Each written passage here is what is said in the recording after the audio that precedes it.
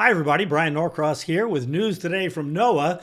Government forecasters have released their 225 seasonal hurricane outlook, and here are the numbers. They give a range 13 to 19 named storms, 6 to 10 hurricanes, and 3 to 5 hurricanes category 3 or above. Compare that to the CSU forecast. Colorado State University released their forecast last month, and you see they're all in the same range there. It's just that the NOAA folks give us a plus or minus kind of error range. And then when we look at the averages, you can see where we stand here. All the numbers are just above average, but if you really take the NOAA numbers literally, you can see that it's from about average to a bit above average on all the numbers there as we look at the average hurricane season. But the averages are a little bit misleading because when you look at the 14, for example, that's 14.4 if you really take the average. If it was 14.5 or 6, it would be 15. So taking into account, first of all, that it's so close to being 15 and that we have more technology now, higher resolution satellites, more radar, and so forth, that we actually name more storms now because we know they actually meet the criteria. So the average for the modern era probably should be 15 or 16. So bottom line is this hurricane season is forecast to produce a slightly above average number of storms. There you see last year, if you recall, there was a very large number of storms. Those named storm numbers were up in the 20s.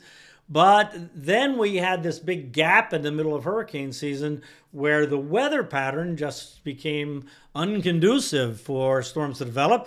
And so we ended up only with 18 named storms, even though we had a lot of hurricanes and even category 3 and above hurricanes, because the conditions were so conducive except for during that gap where the disturbances coming off of Africa came off very far north and moved into cooler water and dusty air. So it was more a weather pattern shift for that part of the summer that we didn't get storms, and we can't forecast those weather pattern shifts. All these seasonal forecasts are all made on kind of macro factors, the temperatures in the Atlantic, the temperatures in the Pacific being the two biggest macro factors that they look at. These details about what happens with the weather pattern, those we can't really forecast far in advance. So let's look and see what's going on out there in the Atlantic right now. What you see is the oranges are where the water temperature is above normal. So in this path from Africa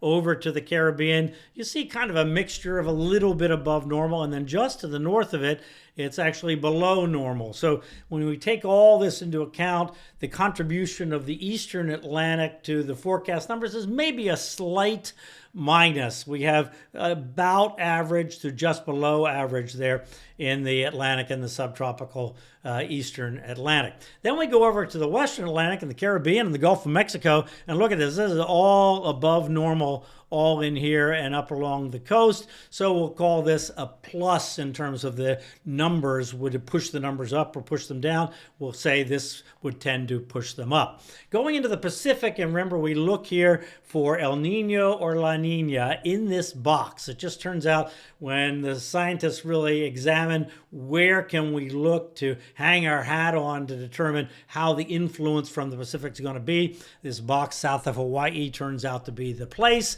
And if it is above normal, it's an El Nino, and that tends to squash hurricanes in the Atlantic. If it's below normal in that box, that's a La Nina, and that tends to encourage more hurricanes in the Atlantic. Well, what do we have this year? We have a neutral condition. It's just about average in there. When it's neutral, that means it's not squashing but not encouraging, but still storms can certainly form. In neutral years, some are very busy in the Atlantic and some are not. So it doesn't really tell us that much. There's one other thing to look at out here, and that is that the water temperature up to the north is quite warm. So the contrast with down here where that box was and then up here is pretty great, and that can encourage La Nina-like, in other words, supportive for development conditions in the Atlantic, just somewhat. So we'll call this influence here a slight plus. So we don't have any strong influences one way or the other, except for the heat in the Caribbean and right around Florida and in the southern Gulf of Mexico. So we'll just keep an eye out for storms that develop close in, but that's why the numbers are not crazy like they were last year, because we do have these kind of limiting factors on the numbers as well.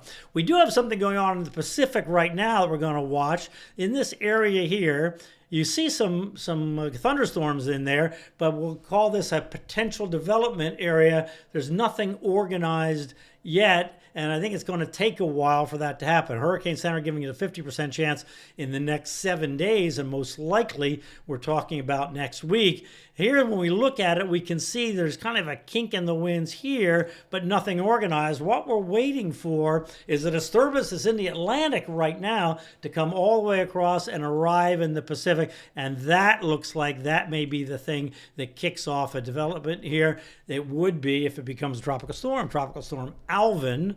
Having said that, that would likely be our first named storm of the year, because there is nothing in the Atlantic in the offing. It looks like all the way into June. So this looks like a year that we're not going to have a preseason storm.